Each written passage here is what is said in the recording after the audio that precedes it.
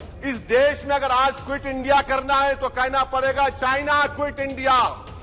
जो गौ रक्षक है जिसका नाम मोनू है वो आपके लिए मोनू डार्लिंग बन गया है, उसको कहिए क्विट इंडिया।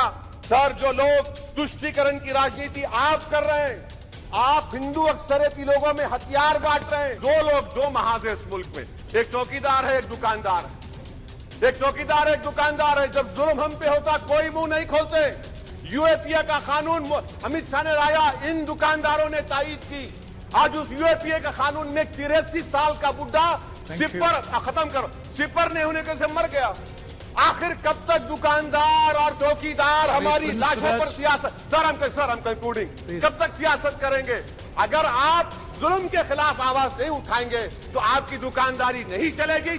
सर, हालिया दिनों में हमारे मुल्क में ट्रेन में एक वर्दीपोश दहशतगर्द ने अपने सीनियर मीना साहब का कत्ल करने के बाद ट्रेन के कंपार्टमेंट में जाकर नाम पूछकर, चेहरे पर दाढ़ी देखकर, कपड़े देखकर उनको कत्ल कर दिया। और उसके बाद उसने कहा कि इस देश में रहना है तो मोदी को वोट देना पड़ेगा। मैं हुकूमत से जानना चाहूंगा कि क्या ये अक्सरियती तबके की एक्सट्रीमिज्म और रेडिकलाइजेशन की बेहतरीन मिसाल नहीं है? और अगर है तो फिर हुकूमत इस पर क्या करेगी? सर, हमारे आइन में, संविधान में लिबर्टी ऑफ कॉन्शियस को लिखा गया, तमहीद में, यानी जमीर की आजादी का जिक्र किया गया है। मैं हुकूमत से और खास तौर से वजीर आजम से जानना चाहता हूं कि कहां गया इस हुकूमत का जमीर, कॉन्शियस जिसको अंग्रेजी में कहते हैं, जब नूह में 750 इमारतों को बगैर ड्यू प्रोसेस फॉलो किए उनके इमारतों को मुनज़्ज़म कर दिया गया, और इसलिए कि वो मुसलमान थे, पूरे के पूरे इलीगल थे। इसीलिए पंजाब की हाईकोर्ट और हरियाणा की हाईकोर्ट ने कहा कि ये एथनिक क्लेंसिंग है। इसकी एक बेहतरीन मिसाल है उस हुकूमत की।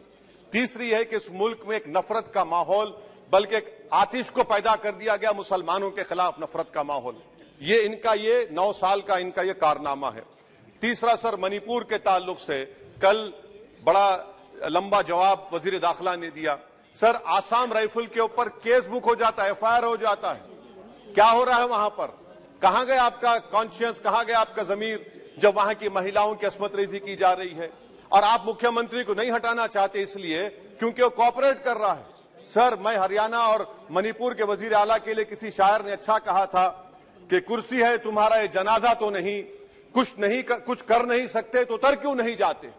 आखिर कहां गया? उन ताबूतों में खो गया कि आपका कॉन्शियस, आपका जमीर, जहां पर 50,000 लोग बेघर हो गए, यानी 6 लाख हथियारों को लूटा जा रहा है। आखिर कौन सा आप इंचार्ज वहां पर हैं? सर, 14 पॉइंट हिजाब को एक मसला बना दिया गया और मुस्लिम बच्चों को तालीम से महरूम कर दिया गया। क्या ये आपका लिबर्टी ऑफ कॉन्शियंस है? कहां गया आपका जमीर? सर, अभी आपने फाइनेंस मिनिस्टर साहबा ने कहा, यहां पर डीएमके के मोहतरमा कनीमोजी ने महाभारत के द्रौपदी का जिक्र किया। मैं ये पूछना चाहता हूं, बिल्किस बानो इस देश की बेटी है या नहीं? जिस बिल्किस बानो को लोगों ने 11 लोगों ने रेप किया, प्रेग्नेंट थी, उसकी मां का रेप किया, उसकी बेटी को कत्ल कर दिया, उसकी मां का कत्ल कर दिया, आपने कातिलों को रिहा कर दिया। ये आपका कॉन्शियंस है? ये आपका कॉन्शियंस है? आप तो मेजोरिटेरियन पॉलिटिक्स को फरोग दे रहे हैं। सर, चौथा, आज चाइना के ऊपर कोई नहीं बोलते हैं। प्रधानमंत्री मोदी ने उस वक्त 2013 में जब प्रधानमंत्री नहीं थे कहा था कि समस्या बॉर्डर पर नहीं, दिल्ली में है। अगर हम अपनी जमीन पर हैं तो डिसएंगेजमेंट क्यों कर रहे हैं? क्या आज चीन हमारी जमीन पर नहीं बैठा है? क्या आज चीन से आप बातचीत कर रहे हैं? आप डिसएंगेजमेंट कर दिए। बताइए डी-एस्केलेशन, डी-इंडक्शन कब होगा? मैं आपके जरिए से हुकूमत को बता रहा हूं कि अगर प्रधानमंत्री ने अहमदाबाद में शी जिनपिंग को बुलाकर झूला झुलाया था, क्या हुआ? क्या नतीजा निकला उसका? चेन्नई दिखाया, क्या नतीजा निकला? सर, इसलिए चीन पर बोलिए, चीन को उखाड़ कर फेंकिए। सर, और एक पॉइंट जिस पर मैं मुखालिफ तायीद में खड़ा हूं, हाई इन्फ्लेशन है इस मुल्क में, हाई अनएम्प्लॉयमेंट है, स्टैग्नेटिंग कंजम्पशन है। इसकी वजह से महिलाओं में हाई एनीमिया लीड कर रहा है। ये हुकूमत इसकी जिम्मेदार है। सर, कुलभूषण जाधव कहां है? पाकिस्तान में बैठा है, आप क्यों नहीं लेके आते? आप विश्वगुरु कहते हैं, कुलभूषण जाधव को भूल गए आप।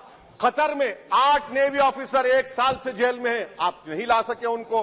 सर, और एक चीज, 1991 का प्लेसेस ऑफ वर्शिप एक्ट, इस ऐवान में पास किया गया था कि तारीख के जख्मों को नहीं खुरेदा जाएगा। आप खुरोद रहे हैं उनको। मैं आपको इंतबा दे रहा हूं, वार्न कर रहा हूं, इस मुल्क को 90 के दहे में मत लेकर जाइए। 91 का एक्ट सुप्रीम कोर्ट में जवाब दीजिए कि आपकी हुकूमत 91 प्लेस ओवरशिप एक्ट की कायम है, उस पर कायम रहेगी। यूसीसी सर, इस यूसीसी का फार्मूला क्या है? एक मुल्क में एक मजहब, एक कल्चर, एक जबान। ये तो डिक्टेटरों का फार्मूला है।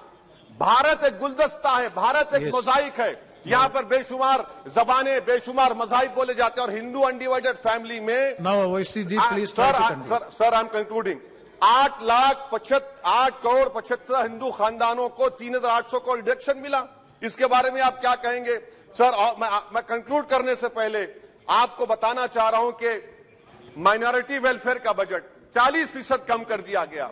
पढ़ो प्रदेश, प्री मैट्रिक स्कॉलरशिप कम कर दी गई। मौलाना आजाद फाउंडेशन खत्म कर दिया गया फेलोशिप, और इसकी वजह से 1,80,000 मुसलमान हायर एजुकेशन में गायब हो चुके हैं।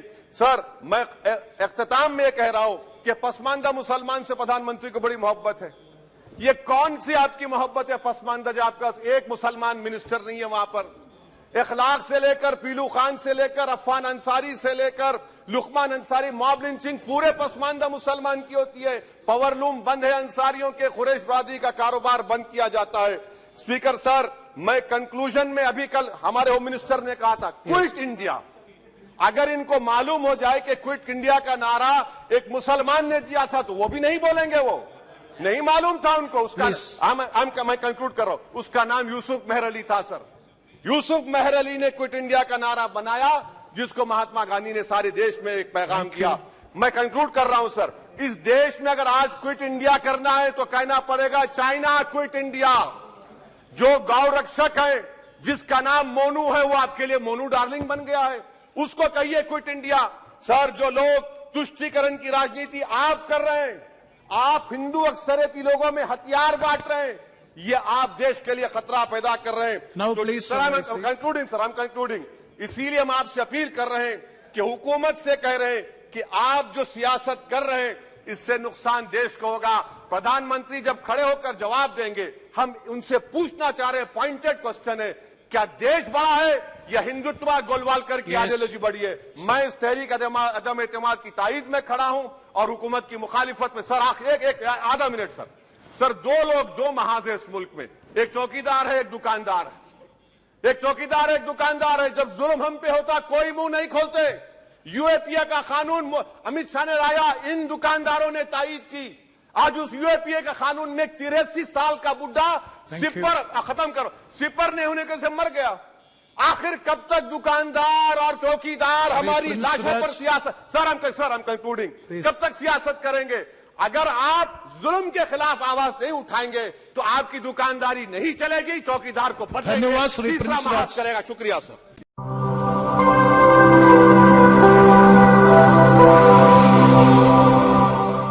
जन ज्वार जनता की मीडिया।